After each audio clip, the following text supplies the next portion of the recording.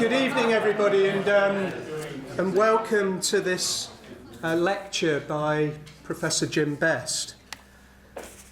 When in 2012, in the 60th year of the university, the institution established a limited number of these Diamond Jubilee visiting fellowships. The terms of reference of that scheme said that they should be allocated competitively to contribute to the internationalisation of the university and to raise its profile. And the terms of the scheme said that the selected international visiting fellows will be outstanding senior scholars conducting interdisciplinary research that falls within one or more of the university's interests. So luckily, Jim does fit those criteria, and in fact he does so in spades. So if you go and Google Scholar Jim, you can immediately see, firstly, that he has an incredibly impressive breadth of research interests. So for example, some of the first few papers that come up on that internet search talk about his fundamental research looking at flow turbulence and sediment transport over dune forms, looking at mixing processes in sediment transport and scour in river confluences, and looking at the dynamics and sedimentology of braided rivers and their deposits. And also, one of the things that characterises Jim's research is not only has he made fundamental theoretical contributions to the discipline, or disciplines really, of process sedimentology and geomorphology, but he's made very important methodological innovations. The use of hydroacoustic techniques in rivers and particularly in the laboratory as well. So I hope that you can see that he really does cover a range of research interests. And importantly, he also has depth. Each of those papers have been cited well over 100 times, and his citation count is off the Richter scale. If you've looked at the abstract for the talk today, you will see that also his work ranges across a variety of scales, really from grains. We've heard about those studies of fundamental sediment transport processes in the laboratory, all the way up to the great floodplains of the world's large rivers. And the talk today, as you can see, is going to focus on Jim's contributions to studies of those big rivers. And I think that is apt because firstly, as we're going to hear, these sediment transfer systems are extremely important, playing a significant role in the global sediment cycle and global biogeochemical cycles, and also because they're facing a series of pressures at the moment. But it's apt in another way because Jim is already collaborating with at least 2 academic units on NERC-funded research projects dealing with large rivers, with his work on the Jamuna Meghna in Bangladesh, which I think we're going to hear a little bit about, and you can see on the screen there that looks suspiciously like the Jamuna, and also, of course, with my colleagues and I, our own work on the Mekong River in Cambodia.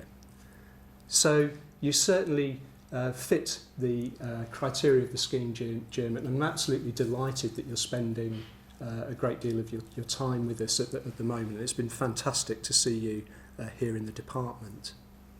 So without further ado, I want to hand over to Jim, and I'm sure that you'll give him a particularly warm welcome, especially when I tell you that today is his birthday. So, Jim, over to you.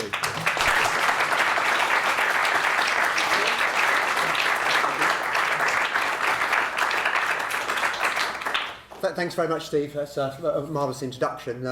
One thing I thought you were going to say actually is I fitted the criteria actually in the senior compartment rather than all those other nice things you said about me.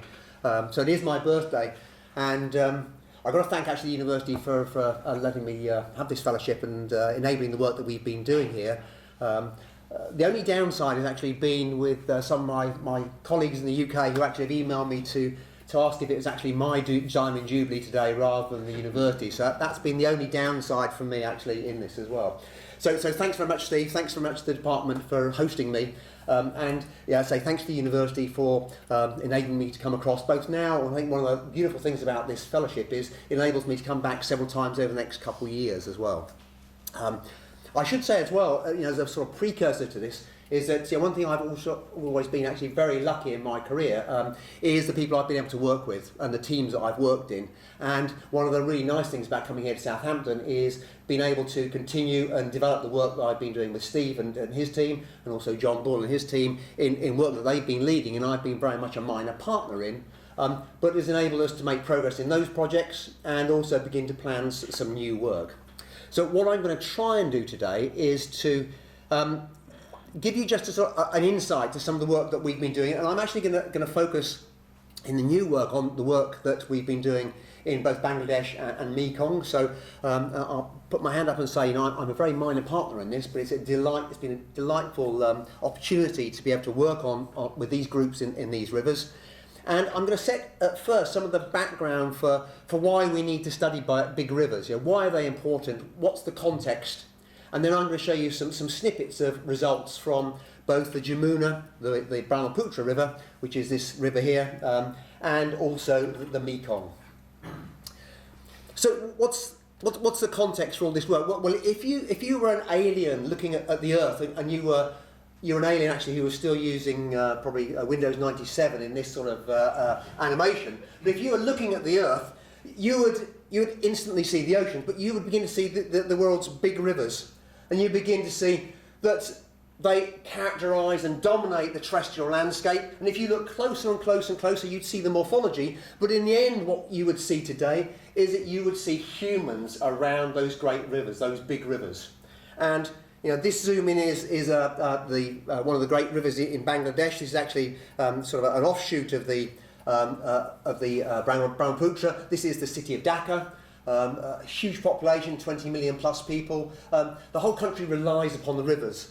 And you can see here, this is one of the main ferry ports, one of the main ghats in Dhaka. You can see a whole range of different sized vessels here. We spent basically quite a few days actually moored in a location just here. You can probably just make out all these very, very tiny dots. They're all little country boats. So people use this river for commerce, for industry, for swimming, for bathing, for drinking water, for disposing of wastewater. Essentially the whole of the country, the whole of this city relies upon this huge river for giving Bangladesh its incredible fertility and supporting this really large population. And before I go on, I should sort of maybe say, well, what do we really mean by big rivers? How big is big? And sometimes it's very difficult to give a context for that in a series of images.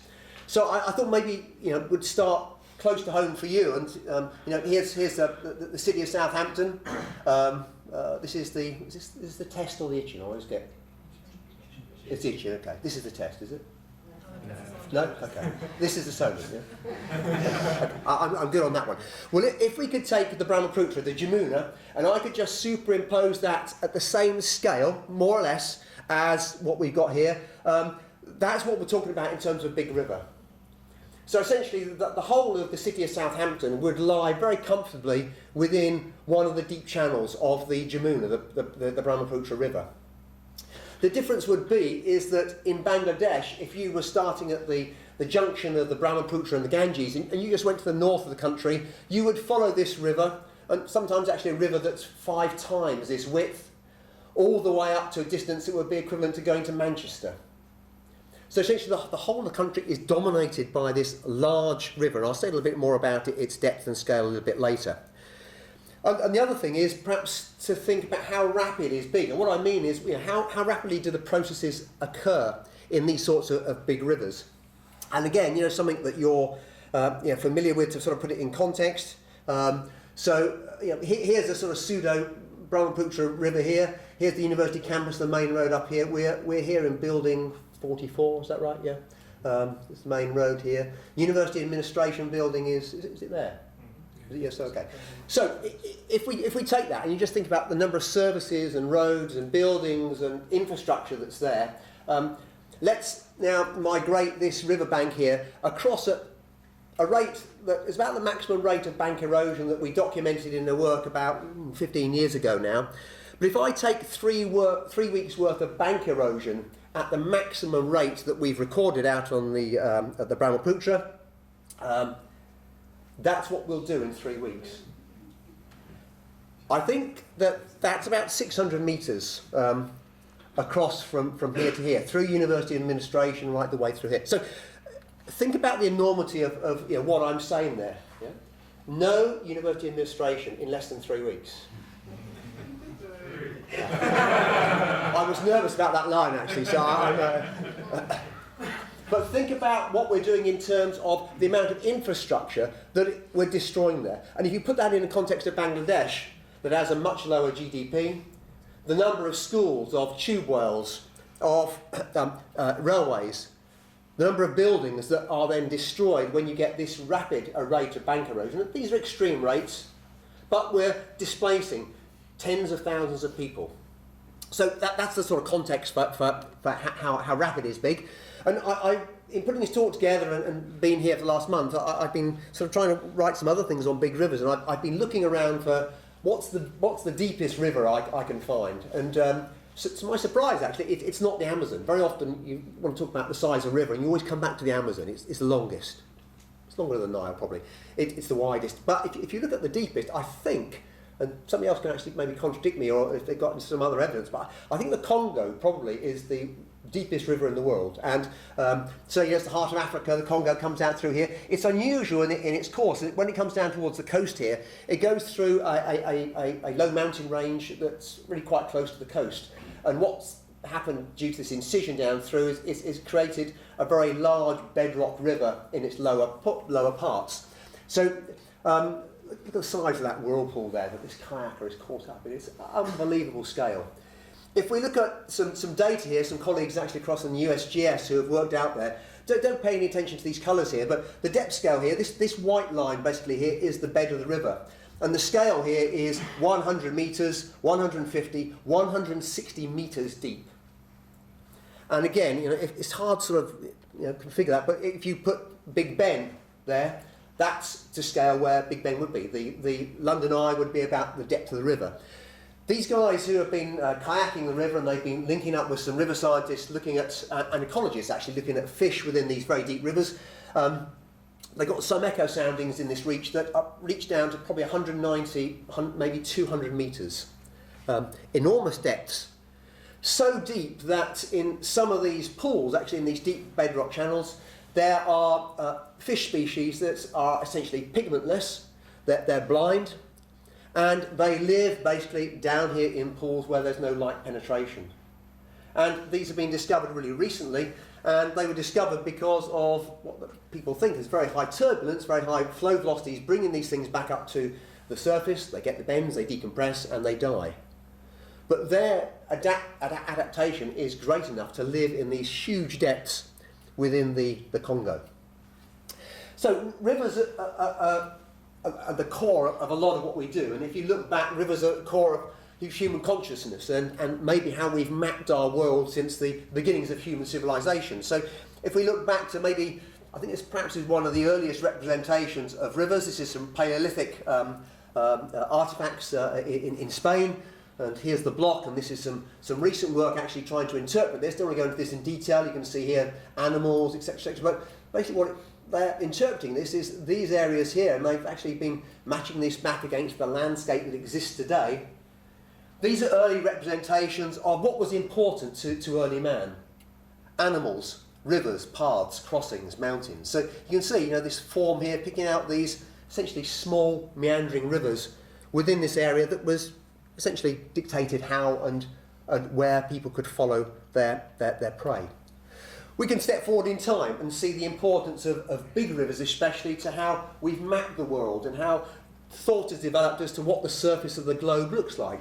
So here's a map from the beginning of the last millennium, the St. Sevier map, which is based on some of the earlier BTS maps, but you can see here, we've got oceans, but here are some of the world's great rivers. This is the Nile here. So here's the Nile Delta coming down into the centre of Africa. Here's the Mesopotamian rivers here, And this one here is essentially the Ganges, and you can see it comes down into the Ganges Delta there. So rivers, big rivers especially, being essential elements of the landscape, have dominated how we've often portrayed and explored the world. And if we skip forward 600 years, this beautiful map of Hondius's, again, this is based on some earlier mapping, but we begin to see the beginnings of much more accurate mapping. And again, we see rivers of China, but again, we can pick out here the Mekong, and again, coming down through here, the Ganges. And of course, that continues through to the modern day, where, especially from satellite imagery, we can map in beautiful detail the dendritic form of lots of rivers, the scale of those rivers, their length, and their control by topography. So all this is a preamble to talk about the importance of big rivers, and we can think about it in terms of the geology, in terms of the physical geography, in terms of the ecology. We can also think about it in terms of, again, human civilization. So the well-known Nile, and in terms of the importance of the Nile, and recording the water levels in the Nile with the Nilometer, which gave the ancient pharaonic civilizations the ability to assess how and whether crops would be good or bad. And so some of these very long-term records have existed in the Nile that essentially recorded the control on the flow of the Nile over many hundreds, if not thousands of years. And that continues through to today. And if you look at the importance and perhaps some of the political machinations that are going on in the Nile nowadays, and for instance this year, the recent agreement between the governments of Ethiopia and South Sudan and Egypt on water sharing, and the construction of a new Renaissance dam up in Ethiopia, which is going to change the balance of power potentially in this region really greatly. And it's also going to affect the southern Sudan Sud wetlands potentially greatly. So there's a lot of political but ecological importance about the continued division of water in the Nile. So the controls on big rivers, this is all background and preamble. I'm getting into the two rivers we're going to talk about a little bit later. Two big controls. Of course, topography. Just simply, where do the mountain chains exist on the surface of the globe? The Andes, you can see, obviously dictating flow into the Amazon, so this is a map just of topography. So these blues and purples here are low, going up through increasingly high colours, the pinks and whites here, the Himalayas. So you can see here the Amazon, the Paraná River. The Mississippi here, which is in its embayment here, but Mississippi in some form has existed probably for the last 300 million years. The Niger, the Congo, Mesopotamian rivers, the Indus, the Ganges, Brahmaputra, some of the great Chinese rivers, so as well as the Ob and the Lena, the Russian Arctic rivers. So a control by simply topography in shaping where and how big rivers run.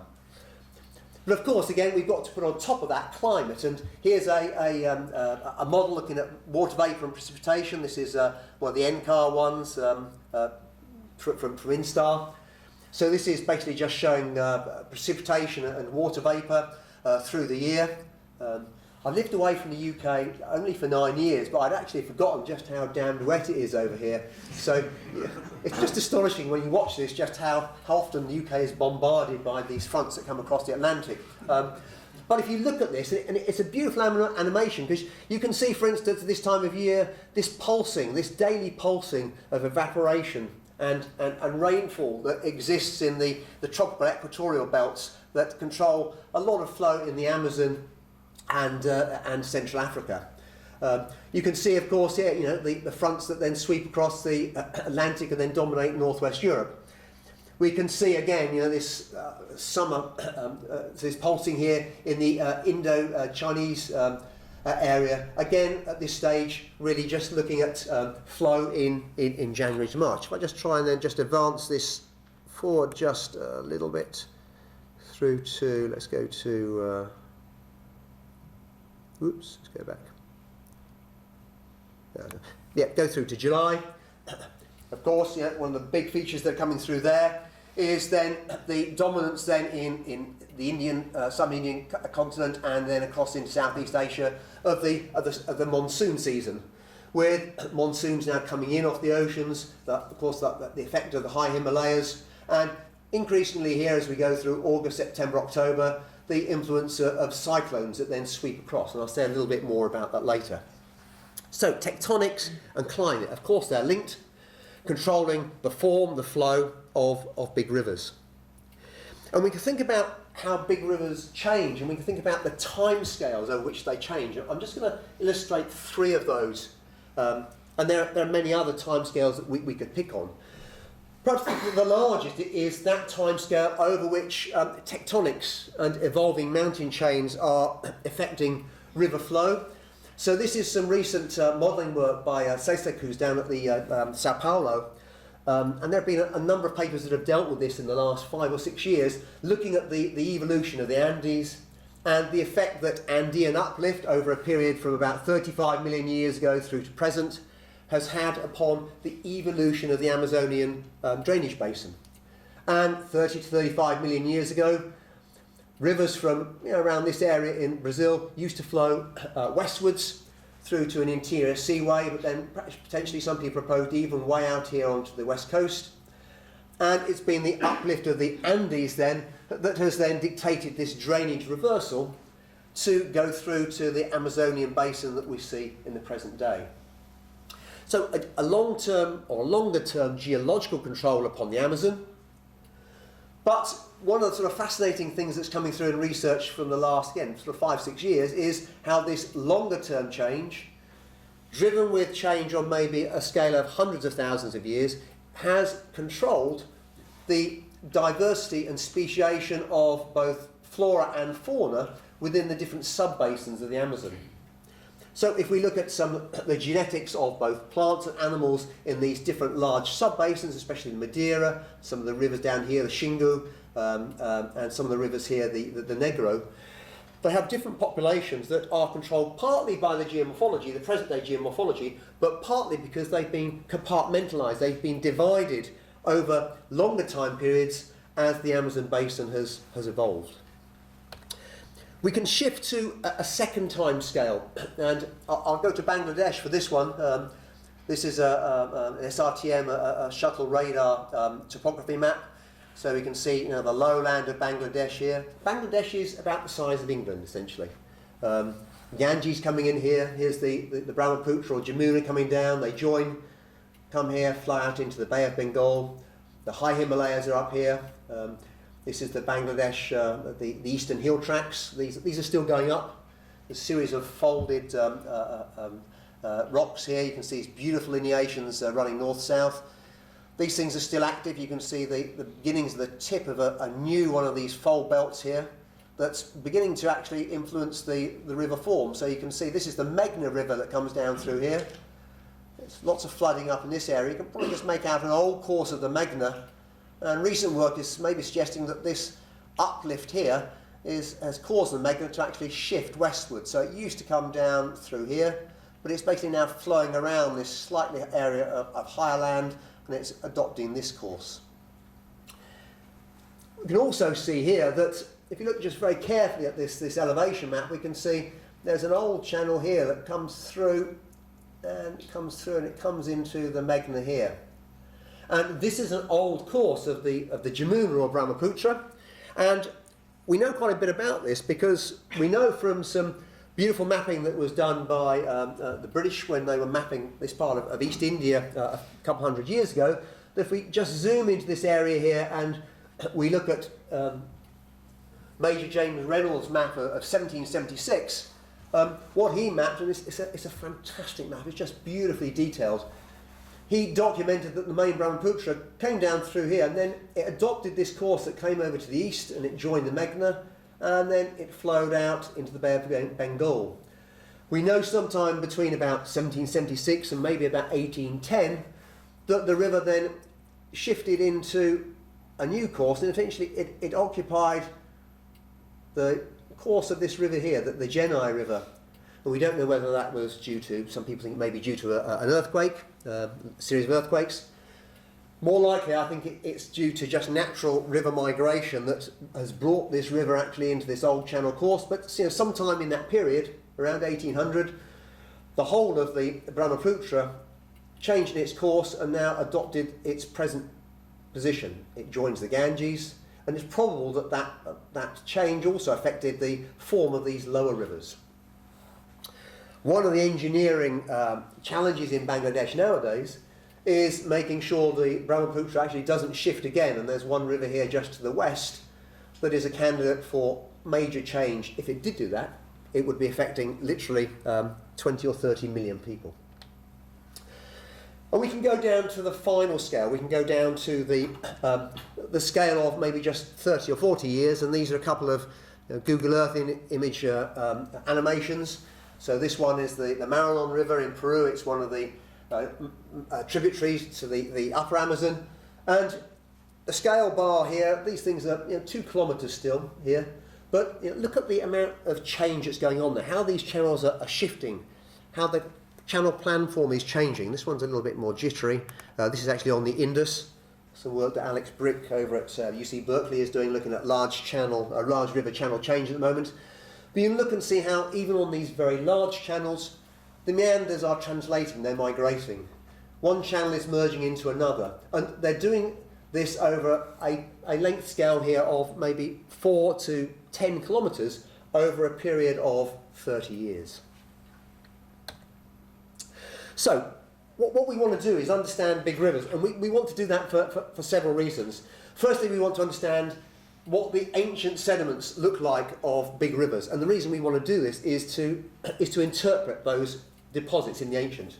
So, I've been very lucky to work in geomorphology, but also in more sort of card-carrying sedimentology. So, if we look at very old deposits, how can we use the modern to interpret the ancient? So, this may look like a view down onto a modern floodplain. This is a floodplain in Finland. This may look through like the same sort of view. This is actually a 3D seismic slice through some Cretaceous 90 million year old deposits in Canada that are host to the Athabasca oil sands. They are hosted in ancient fluvial tidal sediments of a huge river, something that was probably Mississippian or perhaps even larger in scale. One of the big challenges in producing oil from these sorts of reservoirs is knowing something about their internal structure, their internal character. Where's the sand? Where's the mud? And a way to get at that is, of course, studying the modern. We also want to understand the present in terms of channel management. So we want to understand for rivers like the Brahmaputra and the Mekong, how, if we build engineering structures in there, how they're going to react. How can we predict, not just on a timescale of 5 to 10 years, but on a timescale of maybe 100 to 150 years. And when we think about that timescale, we've got to begin to bring in things such as sea level change. And if we look at it from a point of view of what parts of the world exposure to floods and droughts, of course we want to know something about how these rivers are going to respond in terms of how we supply water to growing populations. So this is a graph from some beautiful recent work done looking at assessment of river basins worldwide, looking at basically exposure to floods and droughts. Flood risk and drought risk is high in red and then low down to blues. This is a map showing environmental water stress, and that really is looking at the stress created to populations by damming, by water abstraction, and by water usage. And again, we can see some of those areas where at present we've got in this categorisation really very high stresses in terms of how we're putting threats onto the system. But if we roll that forward in time and we go to the future, of course what we want to do is know something about future water resource. And two graphs from the same report here. This one is looking at the change in population density until 2050. And you can see very large scale change here, especially in a lot of Africa. And this is looking at a predicted environmental water stress. And if I just flick back on this one, so you can compare the present to this prediction in 2050, we can see a whole range that even at high stress is going through to something that is much higher in a lot of both sub-Saharan Africa, a lot through Eurasia and down into Southeast Asia. Notice actually that India and China are actually excluded from this assessment due to just lack of data.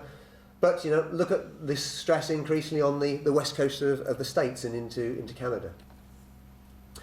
So it's a long preamble just bring out the importance of background of big rivers. What I'm going to try and do for the rest of the time, the next 20 minutes, is just show you some snippets of work that we've been involved in as a group, looking at both Bangladesh, main rivers of Bangladesh, and the Mekong. And what I'm going to try and do is just show you some preliminary results of some work that's ongoing. That's been one of the really nice things for me coming here in the last couple of weeks, is being able to work further on this. I'm going to go through this in turn, and I said right at the beginning I should stress I'm just a really minor player in these, and so the first work has been some work that's been led by Greg Sambrook-Smith, who's up at the University of Birmingham, and John Bull at Knock here, and has involved both Mark Vardy's been two main postdocs in this. Mark is down at Knock, John Davis also providing incredible technical support, and a face from the past here, Simon Dixon, who did his PhD here I think, and now is up at Birmingham as a postdoc with Greg. So these guys have essentially driven this project very much, and what we've been trying to look at is large-scale scours, river scours in Bangladesh, from both the rivers all the way down into the delta, and we've been trying to look at their form and their deposition. And the context for this, and there's a lot of text here, I'm not going to go through it, it is, as I said right at the beginning, Bangladesh is a country that revolves around its water for transportation, for industry, for commerce, for agriculture, for living, for fresh water, for disposal of wastewater. It relies upon both its rivers and its groundwater, and with increasing stresses in terms of water abstraction, potentially upstream damming, increasing use of groundwater, and there's a huge arsenic pollution problem around southern Bangladesh. Understanding how rivers move, what their water resource does, how they shift and how that might impact infrastructure is of key importance. What we've been trying to do is to look at the importance of large scour in Bangladesh, large riverine scour. So what we've been doing is looking at essentially the principal sites of this very deep scour, and we've been looking at two things. We've been trying to very simply look and see where are these big scour holes, what's their form, what's their depth, how mobile are they, how quickly do they migrate, and how they changed over time. So we've been doing that with an engineering and geomorphological hat on, and then what we've sought to do is then try and look at what are the deposits of these scours, how are they filled, and how can that help us interpret the ancient. So one of the beautiful things about this project is being able to work with Greg and John and team, but especially take techniques that are essentially oceanographic techniques in terms of seismic surveying, and apply them to rivers. And these rivers are big enough that we can use seismic techniques to look at the subsurface in rivers. So what have we been doing? What we've been trying to do is to use a range of different techniques, and we've been using both multi-beam echo sounding, which was a technique developed by oceanographers 20 years ago, has been increasingly used in river environments over the last 10 years as multi-beam systems have changed. So many of you know what these are, but essentially rather than having a single beam echo sounder, a multi-beam has 256 or 512 beams that are at an angle. They basically form a swath of sound under the boat. So it's an acoustic technique. We send out pings of sound on all these 512 beams. We wait till we hear the reflection back from the bed. We capture that and we get a very detailed picture of the river. It's essentially like draining the river of water and seeing what the bottom looks like. It's a tricky technique to use in some ways because of course the boat will move, it'll yaw and pitch and heave, so we have to have a very accurate motion sensor here. It's the motion sensor that you put in a cruise missile so that you know what the boat's doing and you correct for that. But if you can do all that, what you can do is get a map of the river bottom down to resolution probably of maybe 10 centimetres, sometimes even better. So very, very high resolution maps. The second thing that we've been trying to do not only is map the form of these rivers, but try and look at what they're like in the subsurface. And so for this we've been using a range of seismic techniques, both boomer and chirp profiling. So here again we're using acoustics of different frequencies, and we're using a single acoustics or a range of acoustic frequencies. And we're sending that sound into the subsurface, letting that sound reflect back off discontinuities in the surface that may be a function of grain size, grain type, and using that to reconstruct what the subsurface looks like. So we're trying to look at modern, and we're trying to use the modern to show what the infill of these scours are like. And sort of context for this is that until this project, nobody had really ever been able to look at the form and the structure, the infill of these very large alluvial scours. So I'm just going to show you a few maps and a few results. These are the first maps ever of these sorts of junctions in these large rivers. So I'm going to show you, so we worked on several sites all the way along the rivers. So again, remember this is sort of England size. We're going to look at this junction here between the Meghna and this is the Padma River, just down here where you've got this curve and then coming around that point in the river there. So here's the scour. So the depth here from high down to low here is about 40-ish metres. The scale of this is about 5.5 kilometres across. So again, if you thought about the city of Southampton, you could put the city of Southampton very nicely into that large hole. What we're doing here is looking at the highest or the deepest part of scour around this promontory. Here's a sort of 3D isometric view looking from here upwards. So here's this deep scour. Here's the sediment that's coming in from this channel. Here's the sediment that's coming in from this channel to the north. So you see we've got a scour here that's 40 metres deep. It's about 2 kilometres long. And although in this point actually this scour is actually moderately stable because it's fixed up against this area here that is partly embanked by man, but also it's an area of slightly harder underlying lithology and clays. These sandbars that are here, that are sort of just dotted in their general location, migrate into and out of this scour hole. And if we use the seismics to look into the subsurface, we can see how these scours have been infilled. So this is a view again combining, this is actually a single beam echo sounder survey, so we're looking basically up into this scour from down here. So we're looking up into the scour. You can see its depth here, again about 42 metres I think it was at this particular survey. And this is the subsurface sediment that's coming in from this side, from this channel. And what we're looking at, that's picked out with these yellow lines here, are surfaces of deposition as this large sediment bar that's on this side here has migrated into the deep scour hole. And from past maps we know this is done probably over a period of no more than 4 to 5 years. So we've got a distance here of several hundred metres and a surface that's migrated first here and then down there, and then eventually we're going into the modern scour down on the left. If we look at that in a sort of slightly different context, a little bit clearer here, so we're taking a section again now just from upstream down across into the scour here. So here's the bed of the river.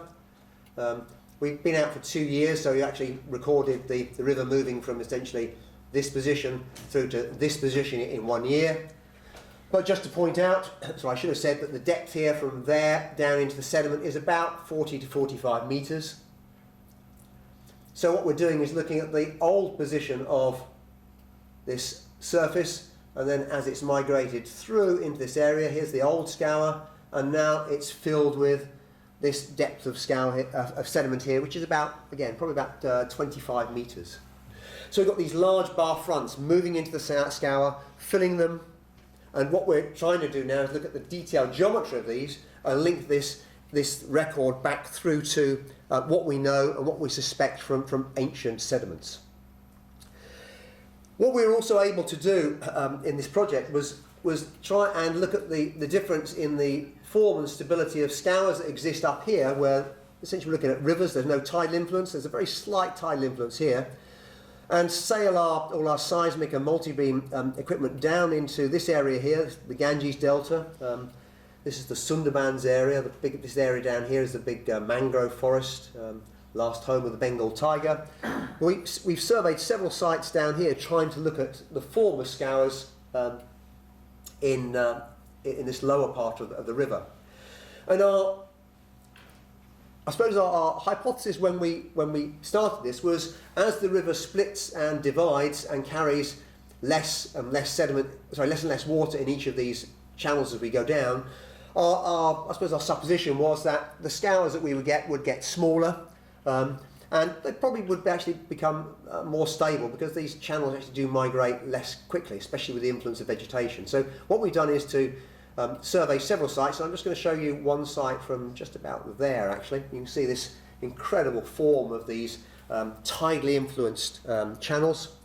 And if we go to that site just there, here's the multi-beam map again. So the colour scale from white down to this colour is about 42 metres. This again is essentially a meander bend, and you can maybe just pick out the form of that. There's a scour that goes along here that's about 25 metres, 30 metres deep. There's another part of the scour that comes all the way along this bank here, and it actually swaps across, goes along here, and begins to come out again down here. What we found from these is that these scours actually, far from being smaller, they're probably longer. They're certainly more stable. These channels don't migrate nearly so rapidly, but they're as deep, if not deeper, than the fluvial scours. And some of our colleagues from Vanderbilt who surveyed some confluences just actually nearby have got a scour down to about 70 metres. And of course what's happening here is it's not just the fluvial discharge and the fluvial process that's becoming important, but it's the tidal process that's forcing water into these channels daily, that's constricting, accelerating and generating additional scour. So it's combined both tidal and fluvial process that's generating both deep scour, but actually much more elongate scour. So you know, these scours are cutting down essentially 70 metres below present sea level. So they're cutting down well into underlying deltaic deposits. And again, if we look just very quickly at the seismics on this, this is a line going from south to north, so this is actually south to north this way. Here's the underlying scour surface, so this is about 30 metres in this case. This very strong reflection here is the underlying scour surface, and this here is going from north to south. This is the infill of this deep scour by a sediment bar that's got a low angle surface and then steepens up on this side, and actually that is just on this face there, just on that bar there, that's migrating down into and filling this deep scour. So deep scours present throughout this river system. The ones in the fluvial system are certainly more mobile. They sweep across a much wider range. They can create scour surfaces down to 40, 45 metres over a wide area. They're filled by sediment bars that migrate in and generate these large surfaces. As we go out to the tidal scours, these scours actually get longer, they're slightly thinner. I think if anything they get deeper. But again, importantly, they're cutting maybe down to 70 odd metres, way down into their underlying deltaic sediments. Okay, that's the Jubilee. Let's move on to the Mekong, and this is a project that Steve and Dan Parsons and Julian Leyland, Dan's at Hull, Julian, of course you all know well here, have led on the Mekong in the last 3 or 4 years. It's also tied into some work on the Tonle Sap work that Steve and Jules and Pete Langdon have been leading. Involved a whole range of other people, Rob Alto, Exeter, both undergrads from both here and also up at Hull, and one from Illinois. And also, and I should have said this actually, for Bangladesh, all the work that we've done both in Bangladesh and in Cambodia couldn't have been done without our collaborators in both countries. So the project that the team has been doing has been looking at river channel change and form in the Mekong going down through Cambodia. So here's the Mekong here coming down through Cambodia out into the Mekong Delta here in Vietnam.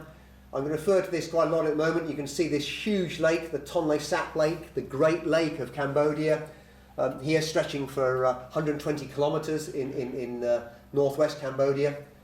And what the project's been doing is been looking at flow and sedimentation. Again, if you look sort of globally at rivers, and you thought about rivers that are really under threat and risk at the moment, you probably put the Mekong perhaps as your number one. I think probably some of the main tributaries coming to the Amazon, the Madeira especially, in the next decade are going to be maybe affected perhaps astonishingly even more. But if you look at the amount of dredging, of regulation through damming in the Mekong that has gone on and is planned for the next decade, the Mekong and its ecosystem is going to change enormously. And the importance of that is that the Mekong, and especially the Tonle Sap Lake, so every year when the Mekong floods in August, September, October, it back floods into the Tonle Sap Lake. The lake level goes up by 8 to 9 metres.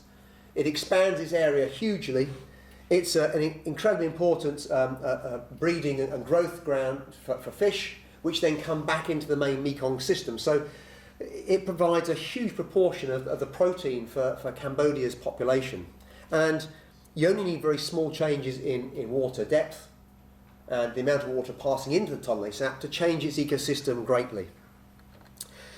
So the project has been an incredibly ambitious project, and two aspects I'm just going to mention today on some of the work that's been done is one thing that we've been looking at is how the Mekong River has evolved and how is it connected to the Tonle Sap Lake, and I'll show you some preliminary results from that.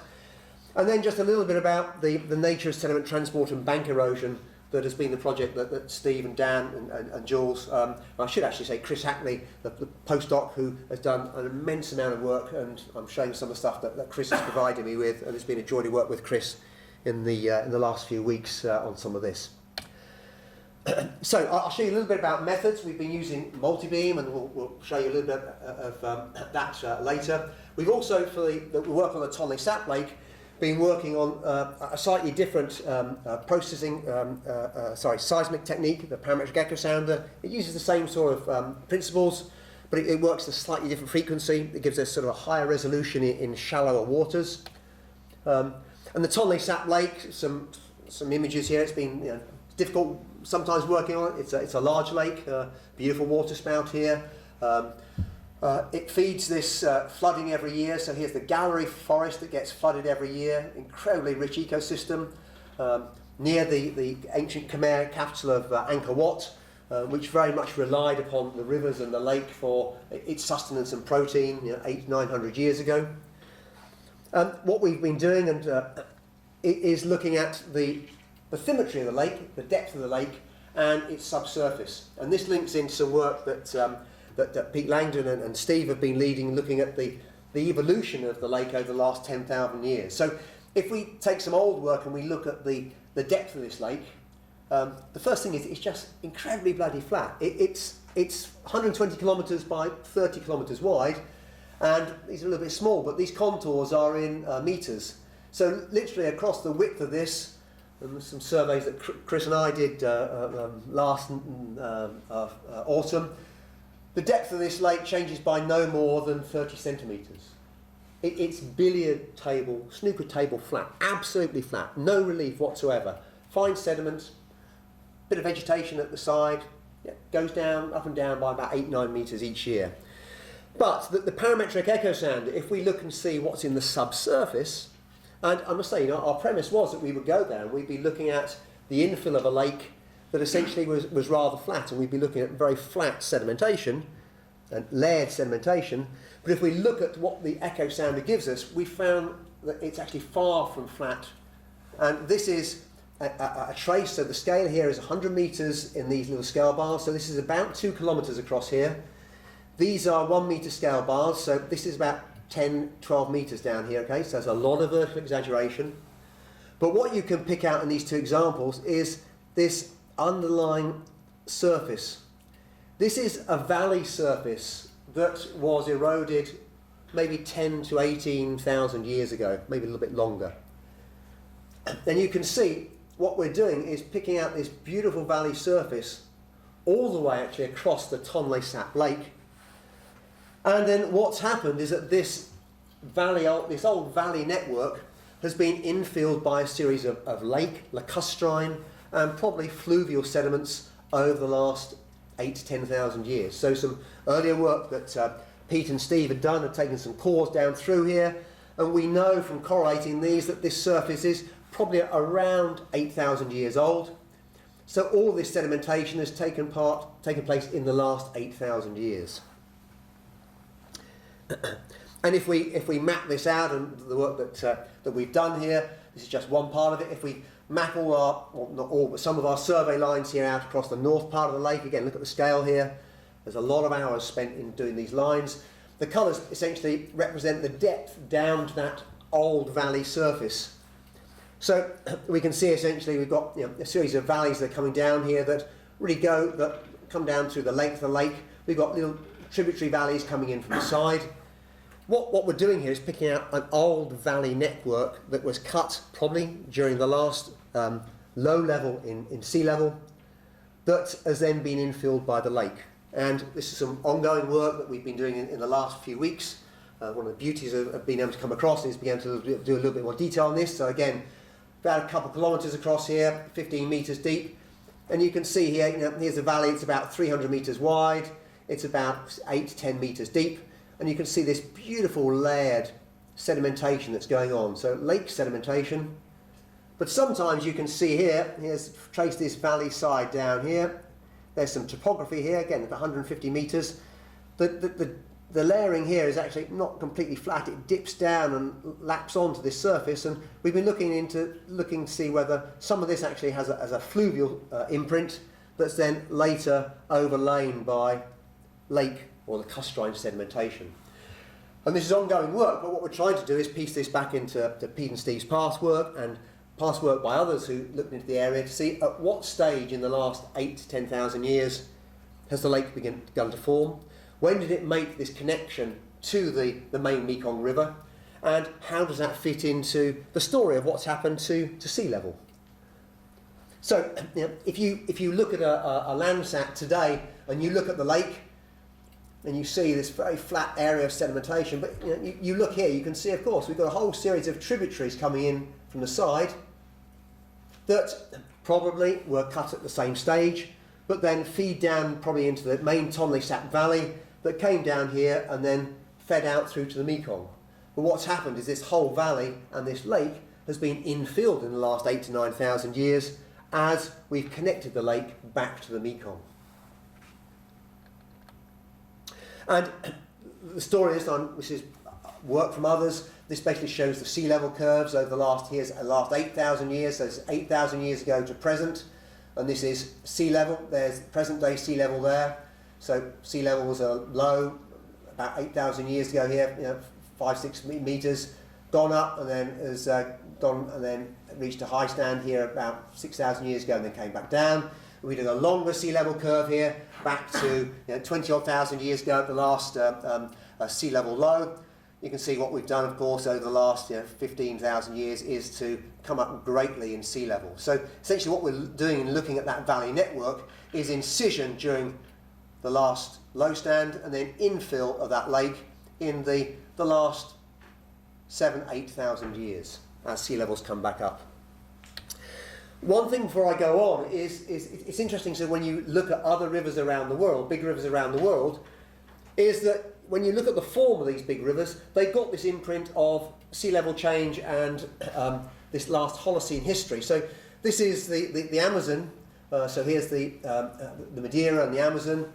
But if you look at the present day Amazon, you can see that out in the floodplain here, there's a series of tributary valleys that are drowned. And essentially, these are old valleys that have been cut 8, 15, 20-odd thousand years ago, when sea level was a lot lower, and they haven't been infilled.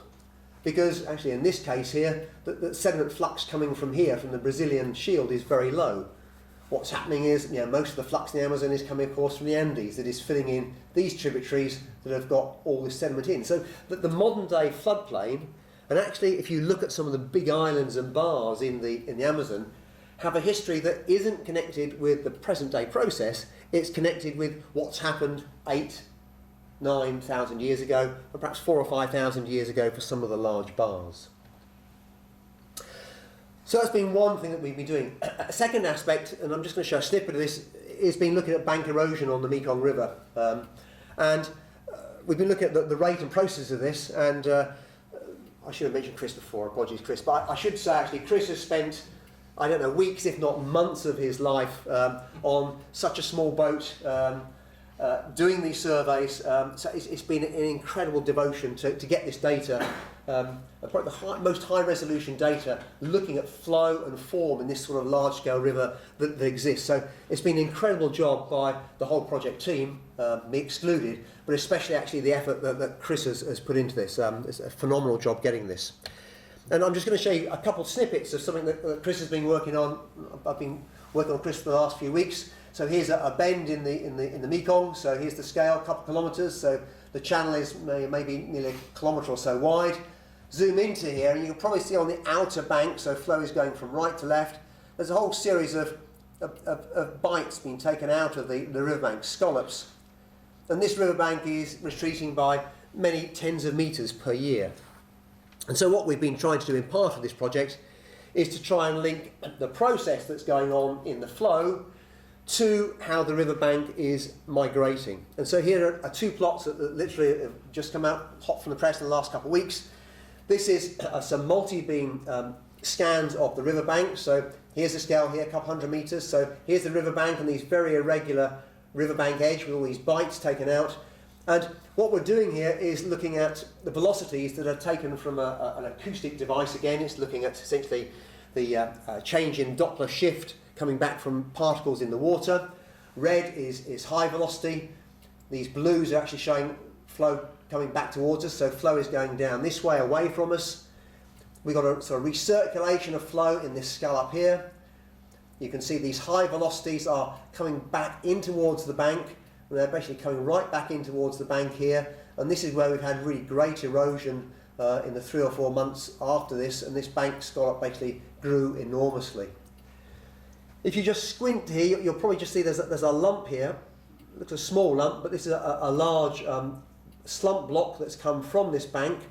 If you just keep your eye on that, and we go to the next slide, this is showing the vertical velocity. So blue is down and red is up, and you can see here's that slump block that's come from this bank. It's been transported down here, and what we're beginning to find and think is that these slump blocks in the very initial stages of bank erosion may be really important, and what they might do is to influence the flow field so that flow essentially gets sucked up and then around and up wells in the downstream side of these blocks that enhances bank erosion.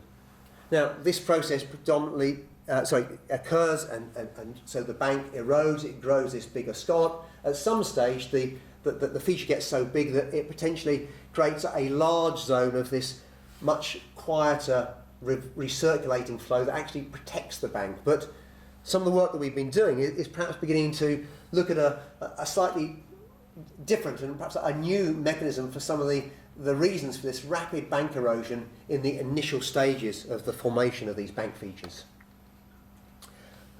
So, teaming up multi-beam with LiDAR scanning that Jules has been taking the lead on with this incredible, very detailed flow surveys begins to give us new ways of thinking about how banks erode, what sediment they yield, and how that affects the total sediment budget, the amount of sediment going down the river. And the final thing I want to mention is all this ties into a project and work that Steve has done for a long time, looking at sediment transfer from upland to downstream.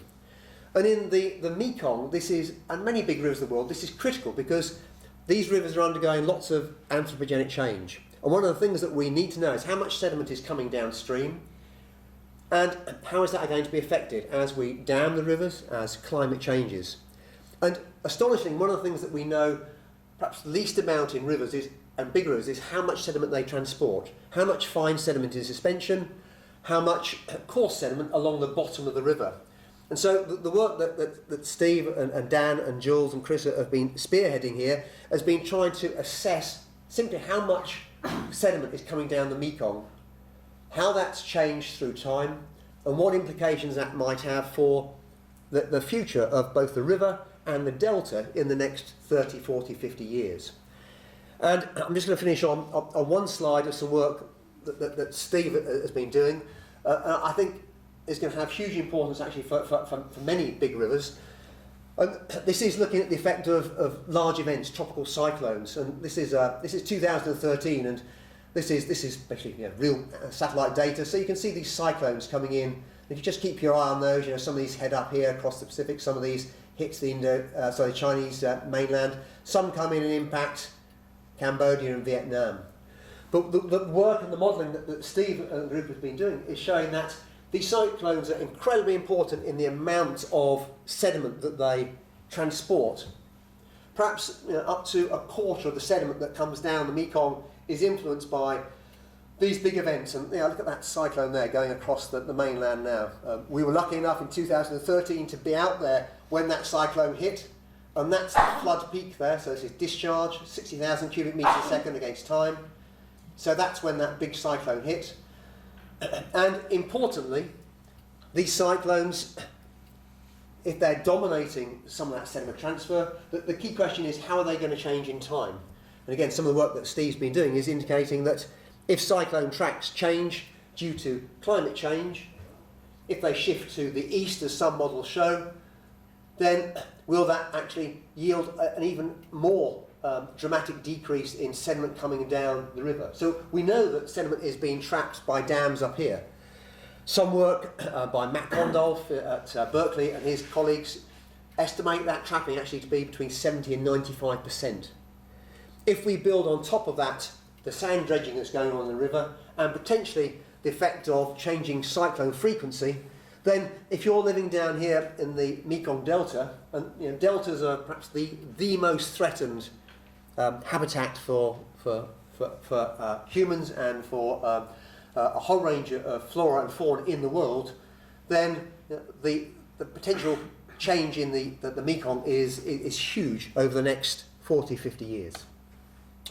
So all of this is leading into a much greater goal of looking at the future effect of sediment transport changes on dams, by dams, dredging and cyclones. And we've been working on the Mekong, and Steve's modelling has been on the Mekong, but there's many big rivers worldwide that are going to be affected by this sort of climate change. And it may be these rivers here in Southeast Asia and certainly across here in the Amazon that may receive lower sediment yields, but also, in contrast, some of the high Arctic rivers that are going to probably receive more sediment and more water. So the very last slide, sorry I've just overrun slightly. Big rivers, I've tried to show, hold huge importance for how humans have mapped the world since the Paleolithic times right through to the present. They've had huge importance in how mankind has grown and developed. And in the next decade, in the next 40 to 50 years, the potential change in the world's big rivers and the population they support is going to be huge. And the absolute prerequisite for us as environmental scientists, as geologists, as geomorphologists, as economists, is to know what those rivers are like now so that we can assess what the present is a way to assessing what the past has been, but perhaps more importantly, what the future holds for the world's larger rivers. Okay, thanks very much.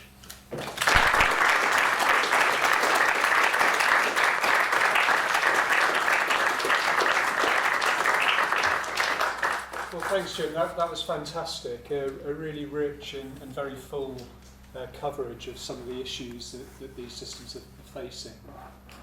Questions, please. If we can make time for some questions for Jim.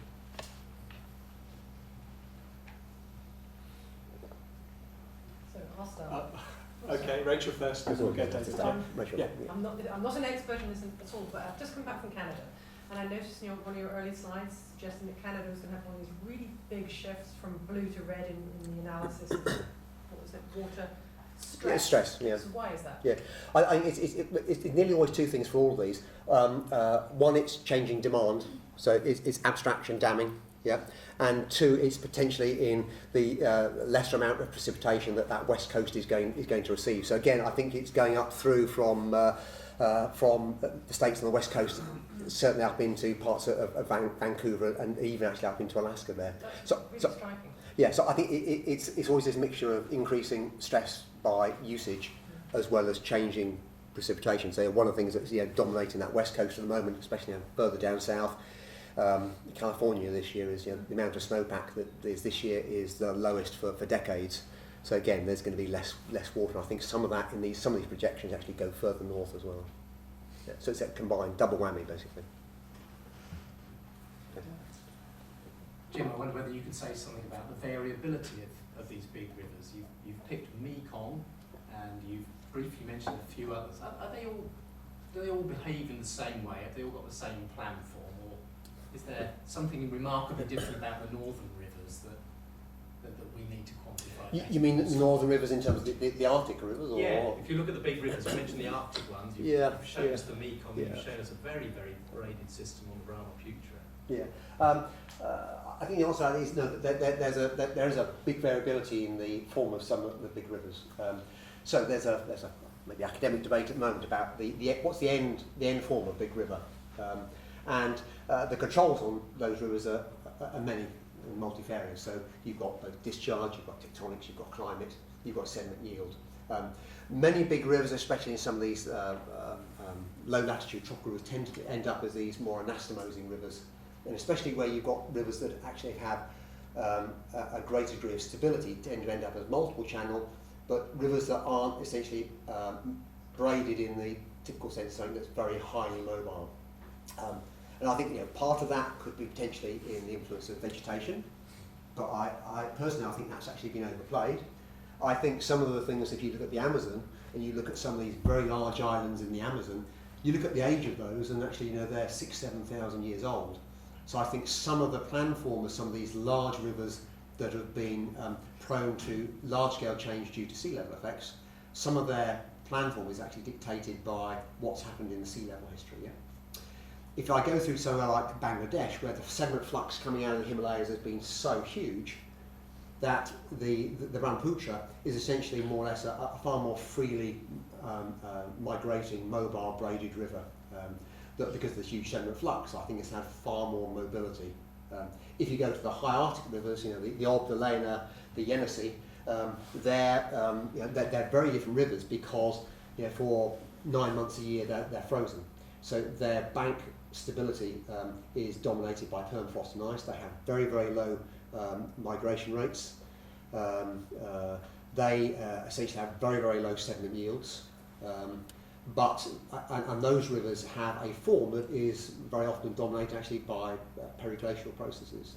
If you look to see with some of the climate models how they're going to change in the next 30–40 years, with melting of permafrost and potentially with increasing discharge and increasing sediment yield, there have been some fascinating papers that have actually, this is a long answer, sorry, there's some fascinating papers that have said these high Arctic rivers that now are either meandering single thread or anastomosing because they're fixed due to these permanent islands. If you increase the amount of water they're going to transport and increase the amount of sediment, there's a potential for these to actually change their planform through something that's more anastomosing and stable to something that actually is more braided. So I think the answer to your question is there's a whole range of different planforms. They have controls depending on tectonics, climate, and that at variations you go from equator through to poles. Did I answer your question? Good answer.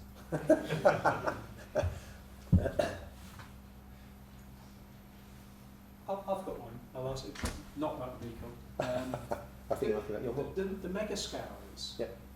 I mean, you show some really very significant scale depths, not just on the Jubilee, but also, of course, the Congo and other systems, but of course all from contemporary systems. And you've also hinted that effectively the scales are hydraulically controlled.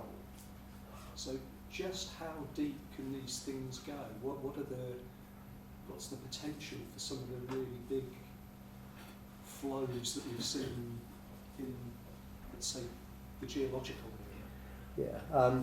I think hydraulically, so firstly the Congo is very much there's a constraint bedrock driven, and that's why it's 200 metres deep. But if you look at, say, a river that is forming in a mobile sediment, the hydraulic controls are essentially where you get convergence and high velocity. So those are limited to either where the river constricts, where you have bends, or where you have junction, very broadly speaking.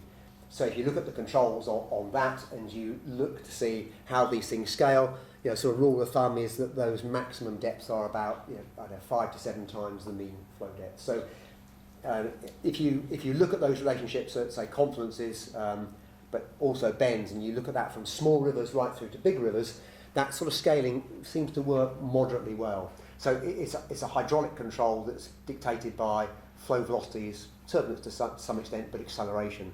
And if you look at that, then you've got potential, say, for the Amazon to generate scour holes. Probably there, I think there are some there down to about 120 metres that are in truly mobile alluvium rather than bedrock.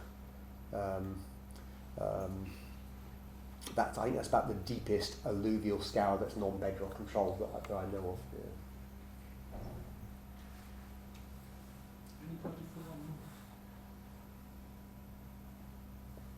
Okay. Well, on that note, Jim, I really do want to thank you again for a fantastic talk, and I'm sure everybody will join me in doing that in just a moment. But just to please remind everybody that immediately afterwards there are some drinks in the seminar room just next door, so you're all very welcome to reconvene there in a moment or two. But thanks, Jim. Thank you very much.